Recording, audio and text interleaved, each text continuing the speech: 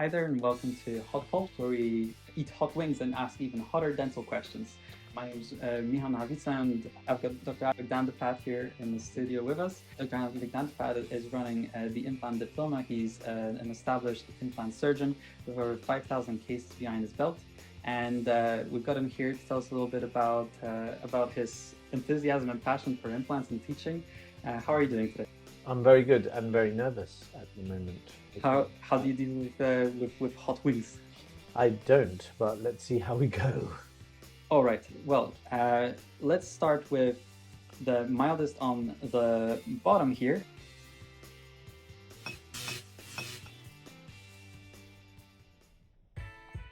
Okay, Cheers. bon appetit.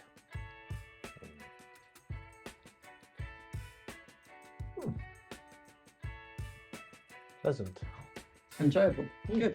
Good start. You worked in Royal Leamington Spa. That's where you started.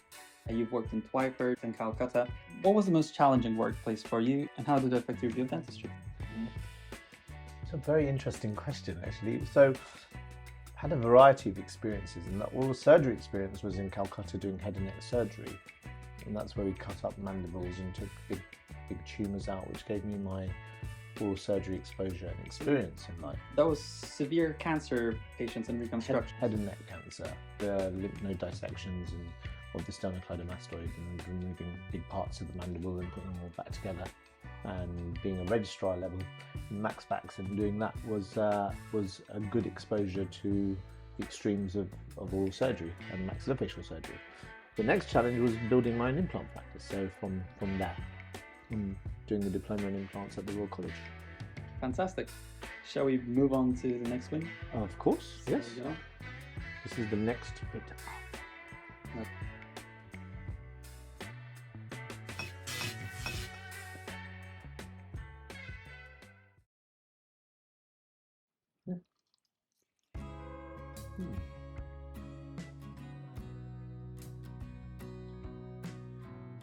Pleasant. We're still doing good. We're still vibing. Yeah, still vibing. Through your career of 5,000 plus implants, I have no doubt that you've placed one of every single implant there is in the world. Straumann, Nobel Biocare, Megagen, hyaluronic acid coated, SLA active, zirconium implants. You've done them all, name it. Which of these implant technologies still sticks out in your mind as a wow moment? So I haven't actually placed all the implant manufacturers in the world because there are over 300. So my predominant system was Anklos by Freodent, and Anklos did a wonderful Morse taper connection and bringing the concept of platform switching in. And I was quite amazed at 8 years of my career of actually seeing bone coming over the shoulder of the implant. So they were very good at actually developing bone, and therefore we didn't have to do as much soft tissue work as many other systems at the time, because the bone used to come over the head of the implant and form there, and it's still got the only implant system that's got that patent, and therefore our soft tissue used to be much lower and used to develop really well and be very stable over time. I understand these days you're mostly working on full arches, huge reconstructions, and that sort of ties in with your oral surgery experience, that kind of kick that drove you into implant surgery. So this sort of an implant system then is something that you're looking for. It's an advantage in aesthetic cases, but not per se an advantage for full arches, because full arches, well, the reconstructions we're seeing now, there's a lot of failed work going around, as you experienced the other day when we removed 20 implants placed abroad on a patient.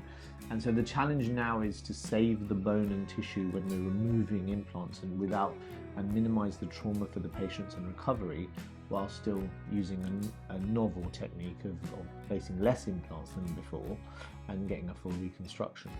Minimizing the trauma. Well, yeah. Shall we move on to another ring and see how well Why not?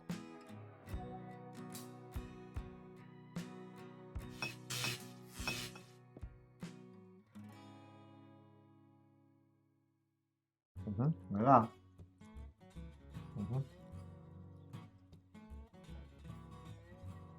One's getting hotter. You're not sweating yet, so. I'm going to try to be as calm as I can through all of this and try to breeze through them. Okay. but it's starting to get It's getting spicier. a little zingy. A bit zingy, yeah. Yeah, something there. Yes. All right. Excellent. Fantastic, fantastic wings. Got a chef Yes. to thank for them. Thank you, chef.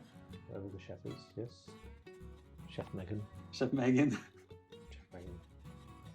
What do you think is the biggest challenges for implant dentistry look in the future? At the moment, not enough people doing them, and that's the honest truth. And we're fighting in the UK of very low numbers compared to Europe because not enough dentists are trained in it. And unfortunately, we see the new generation who just want to do Invisalign and composite bonding. And they don't see, because implants obviously take an investment, there's equipment and there's surgical skill involved. But unfortunately, there's less and less people doing it. And as a result, the people who are doing it are very busy, almost too busy sometimes, doing it. And after the death of, unfortunately, the FGDP diploma, private courses had to take over. So one of my main goals of why I did the implant diploma and actually is to give the younger generation a structured pathway. And what's unique about the way I teach it is it's done in a live clinic with live patients at every single module, as you know you're doing it. And we are very unique in the market because a lot of other programs are either in hotels or they're online. And we are they're working next to a wet-fingered implant surgeon in an implant dedicated clinic with live patients coming in. And by module 4, the students are placing in a very structured manner on these patients. Well, I know that a lot of other implant courses would then try to get their students out far afield, possibly to countries where there are more impoverished patients, and try to place as many implants as possible. How do you think this sort of environment of placing as many implants as cheaply as possible affects the quality of care? The mechanics of placing an implant are quite simple. It's basically a bit of a glorified post-crown. Okay, it's a lot to do with the planning, the pre-planning, the consent, the systems, the presentation of the cases. Now, if it's simply the mechanics or muscle memory that the delegates want, then by all means they can go abroad and place as many as they want. We can do that on pigs' heads in England. And we do it on pig's head initially, but what goes behind an actual case from start to finish, as you know from the last module, we had a patient where we placed 6 implants that took 7 hours and took about 2 hours of pre-planning with each student placing each implant, cutting the flap, doing the suturing, closing up. Now, I don't think it's possible effectively to teach a group of dentists to place 60 or 70 implants in 3 or 4 days to actually go through that entire patient care journey the way I'd like them to do it in that period of time. It's compressing the mechanics of it, yes, but the actual system of going through it, the pitfalls of CBCT reporting, consent, the flap design, the flap closure, the suture choice. Considerations that need to go into. And they actually realise actually it's not as easy as what you make out to be, because it's sometimes trickier and access is trickier, and it's much more pressure on a patient who there are consequences of treating, because it's in the UK, everything has to be right and they have to restore them, and position has to be thought about, and the prosthetics have to be thought about, and the diagnostic wax up has to be thought about, as well as the way that you're pre-opping the patient and you're planning, which is as important as the execution of the surgery. So I believe that strongly that quality assurance in implant dentistry is vital, as well as clinically evidence-led treatment. And therefore we have taken every possible step to cover all of those elements in our courses. Working with the regulator to protect the patients. That's it. Absolutely. Well, on that note, should we move on? Yes. And see, we're Are we on almost number halfway 4? through. Yeah, I think so. Number 4.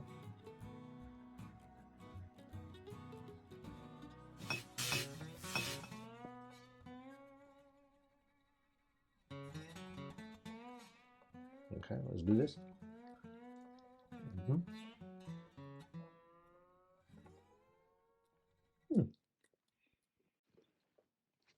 Still a bit more. What do you think about this one? No, it was good. Nice. And you can feel the pineapple and the sweetness. I think there's a bit of coconut. Yeah. That's Nice, this nice, one nice. here. Yeah, that's that one over here. Heartbeat hot Hot sauce. sauce. Wow. Pineapple. I get you. Pretty nice. Pretty nice. So this is a bit of a Spicy question. A slightly spicy question. Yeah, that's it. It's a spicy question. Have you ever sort of caught yourself thinking, oh no, you know, that pin drop moment? Pin drop moment of my career when I was a bit worried was probably around doing my first chin graft block, where the patient was bleeding and the blood was spraying out. It's quite a dramatic complication. Yes, this happened some years ago, and I remember going outside the practice and calling my friend who I trained with, who's a specialist oral surgeon at the time, saying, I've got a bleeder and this is not stopping. And my suction was filling up and my blood pressure was going up. And that was a bit of an oh shit moment, basically. So, and then he taught me through actually how to stop and occlude the blood vessel because it was bleeding in the bone. So soft tissue bleeds you can suture out and use mosquito forceps. In bone bleeds you can't. So you have to actually, there's a technique of using an osteotome to crush the vessel, or using various chemicals at the time such as bone wax to stop the bleed. But that was a scary time, and then you anticipate these things, you know, and it's knowing what to do, being calm in that situation, and having that guidance and teaching on, you know, having Avik in your ear telling you what you have to do. Any tips sort of on avoiding that? You can't avoid it because sometimes it will inevitably happen. Like if you get a lot of granulation tissue, it's got capillaries in it, and so if it's very infected tissue, it's going to be very vascular. And sometimes when you just basically are cutting that, you're going to have trouble with numbing, you're going to have trouble with bleeding. That bleeding can be difficult to stop because you have multiple little capillaries going on. The main thing is pre-oping your patient, checking their pre-op blood pressure. Remember, your patients are anxious, so they're going to be tense. That increases their blood pressure. So if they're hypertensive, you need to ascertain that. You need to look at their medication, watch their blood pressure, and be relaxed about it a little bit and anticipate it. Anticipate that it's going to take you that much longer to do the surgery because you've got to occlude a lot of bleeding. All bleeding stops with time and pressure. That's the main thing: time and pressure. Let's see about number 5 in that case. Number 5. Okay, let's go.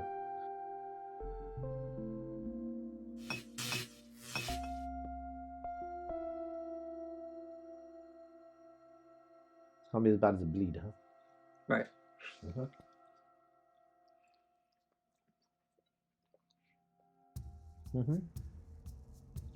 That's definitely getting spicy.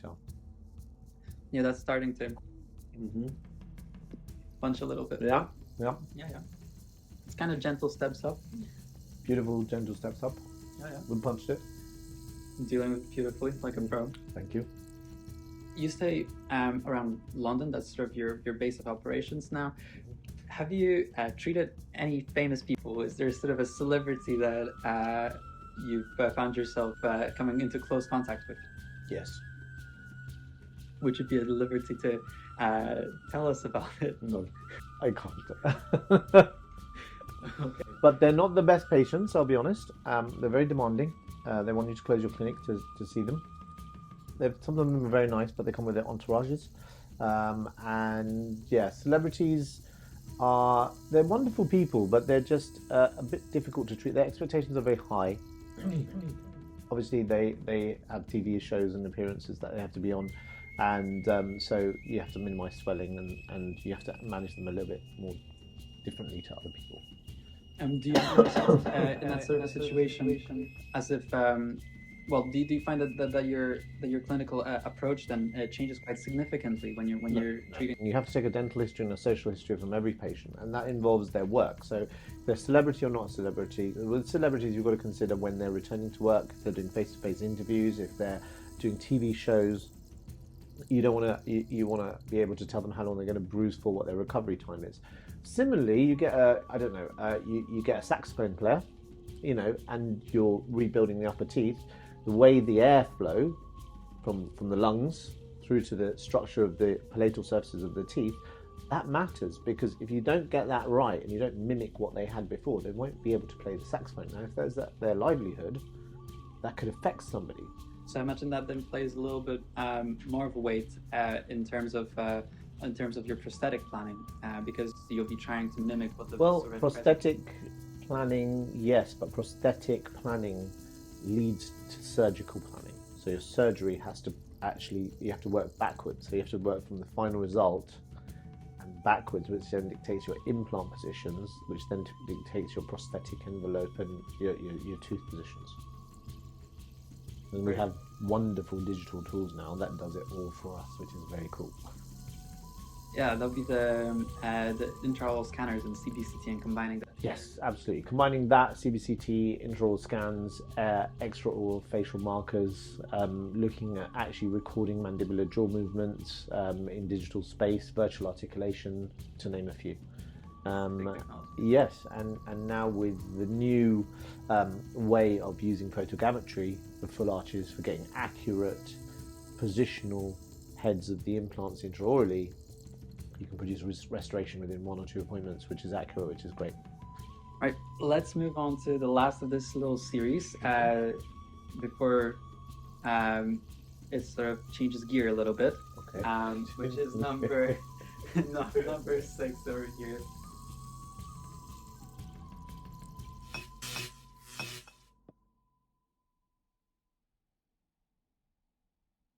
And that's it, number 6. Cheers. Cheers, cheers. Cheers.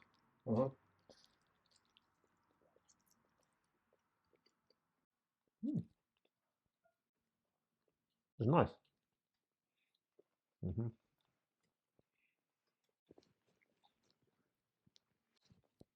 Spicy. Let it simmer.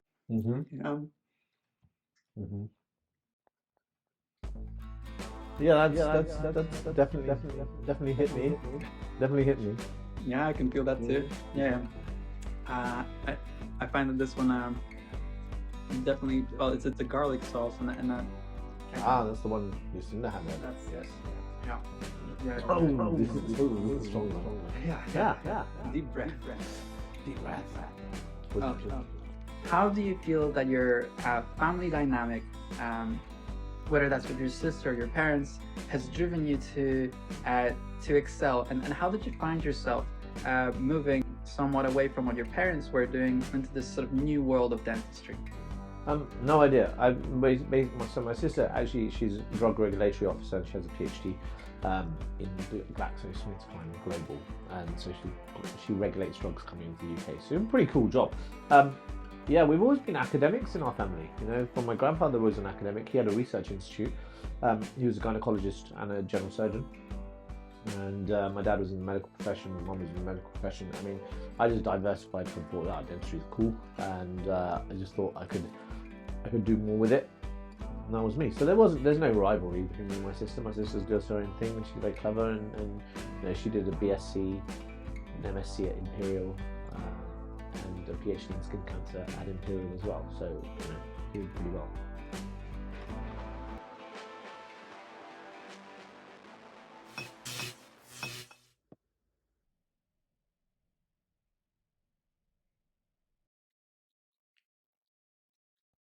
It doesn't really taste of anything but acid.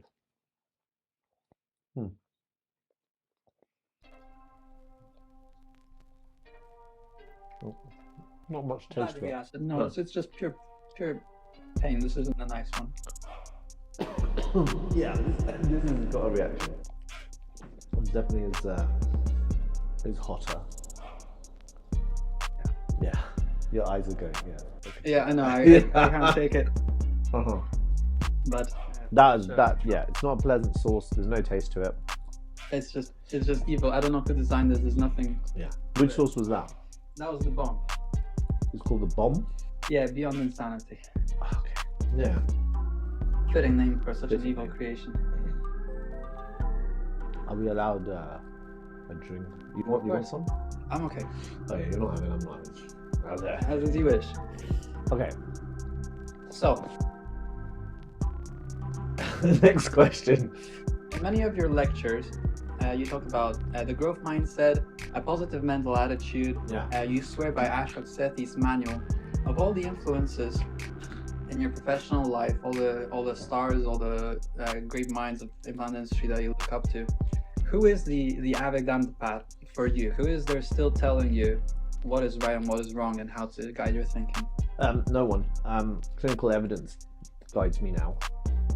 Definitely, like Ashok Sethi was a big influence on teaching me the basics of what I needed to do. over the 20 years, I've kind of learned to look at evidence and new papers and new techniques. Also innovations from companies on how they're trying to solve problems and get around them is interesting, and that's they're the main things. Where do you find that drive inside of yourself? What is it that fascinates you? I'm just passionate about what I do. I love it. So we're always trying to strive to get better at what we do. Well, thanks. It's beautiful to see, honestly. It's really inspiring for me as well. Yeah. That's why I love learning from you. That's good. This one has it hits you, and then it keeps hitting you. Yeah. And it's hitting you, and it's keeping it hitting you. It keeps hitting relentless. This is a relentless one. The bomb is the bomb. Is the bomb. So yeah, it's the bomb. But it does give up eventually. It has to give up, really. Yeah, that is battery acid. I think if you guys tried this would be a challenge. Yeah, I agree there. If the air is on tries fire right now. But yes, absolutely. Right. Are we ready to take on the next challenge? Are you? I believe it's a little bit of a step down. It's a step down from the battery acid? Well, it's not as nasty, but we'll have to just see how it goes. Okay, let's do this.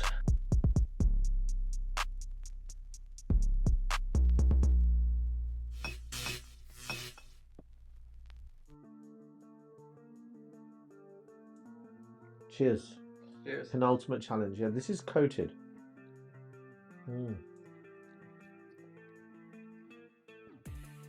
There's some taste to that. It's a better taste. Yeah. How many million Scoville are we at? That's the million. And the bomb was not a million? No, the bomb was not a million. You're a big fan of working out, of keeping in good physique. Try my best. Currently, you're cutting of all the bland, protein-full meals. What is your favorite? And can you take me step by step how you go about preparing it? Wow, okay. My favorite would be 40 grams of protein from chicken sausages and a sweet potato and broccoli. And how do I prepare it? So the chicken sausages are done in an air fryer. But they're quite you can make them quite tasty with a bit of paprika, a bit of chili powder, a little bit of spice, just a little bit of soy sauce, which is quite nice, and a bit of hot sauce added to them. And I quite enjoy that meal. And then just, broccoli's boiled and it's quite boring and bland, and sweet potato, it mixes together nicely. It's a nice set meal, and a nice bit of variety in the plate as well. Yeah, it's a bit of variety in the plate. I think that's really hard with protein meals as well. You find yourself repeating the same thing over and over and over. Yeah, because you can't have like you can't have any curry sauces, you can't have any sauces, and you can't have any cream. Because they've got sugars in there. And all the nice stuff you can't have. So everything's kind of a little bit dry and bland. But certain meats and certain chipolata sausages have some flavour through them, so it's nice. So that would be my favourite go-to. I'll make it for you. Looking forward to it. All right, that sounds good. Right, let's move on to the last one of the series then. Traditionally, there'd be just a little bit extra that we would put on that in terms of the format of the show. Okay. So if you'd like, sure.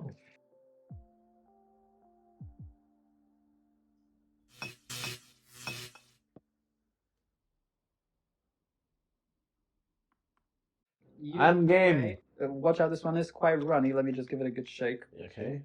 The runny. Oh man, everyone's faces around here. So the battery acid one was. All right, that's what we're doing. We have poured on a fair amount of it. Would anyone like to try? No. All right. So let's just like coat it a little bit, yeah? All right, yeah. All right. There we go. Okay. The final one, right? That's the last one. Here we go. It's the end of the gauntlet. Let's do this. 1, 2, 3. Cheers.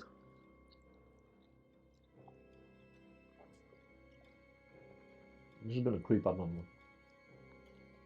Quite nice. It's nice and slow. Yeah, it's quite nice. Yeah, it's good. That's good. No. That's very good. Yeah. How does that feel? It feels nice.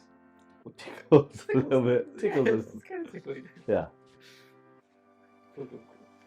All right. And just well, good.